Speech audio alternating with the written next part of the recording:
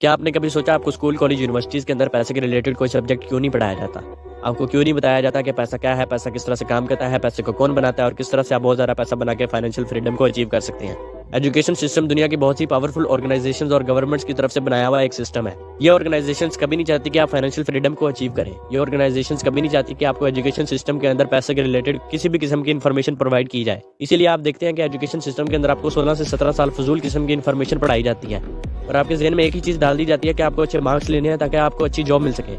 Employment system یعنی کہ job کا سسٹم ان آرگنائزیشنز کا ایک اور بنایا ہوا ٹریپ ہے، جس کے اندر آپ کو یہ فکس اماؤنٹ آف سیلری اور پرماننٹ جاب کی گارنٹی دے کے ٹریپ کر لیتے ہیں، پھنسا لیتے ہیں۔ جب ایک انسان امپلائمنٹ ٹریپ کے اندر پھنس جاتا ہے تو وہ فائنینشلی مزید گرو نہیں کر سکتا۔ اوپر سے یہ آرگنائزیشنز ریزرو بینکس کے تھرو انفلیشن یعنی کہ مہنگائی کو اور انکریز کر دیتی ہیں، تاکہ اگر ایک انسان اپنی جاب سے 50,000 روپیہ منتھلی بنا رہا ہے تو اس کا 50,000 اس کے گھریلو اخراجات میں خرچ ہو جائے، اور at the end of the day اس کے پاس انویسٹمنٹ کے لیے 1 روپیہ بھی نہ بچے،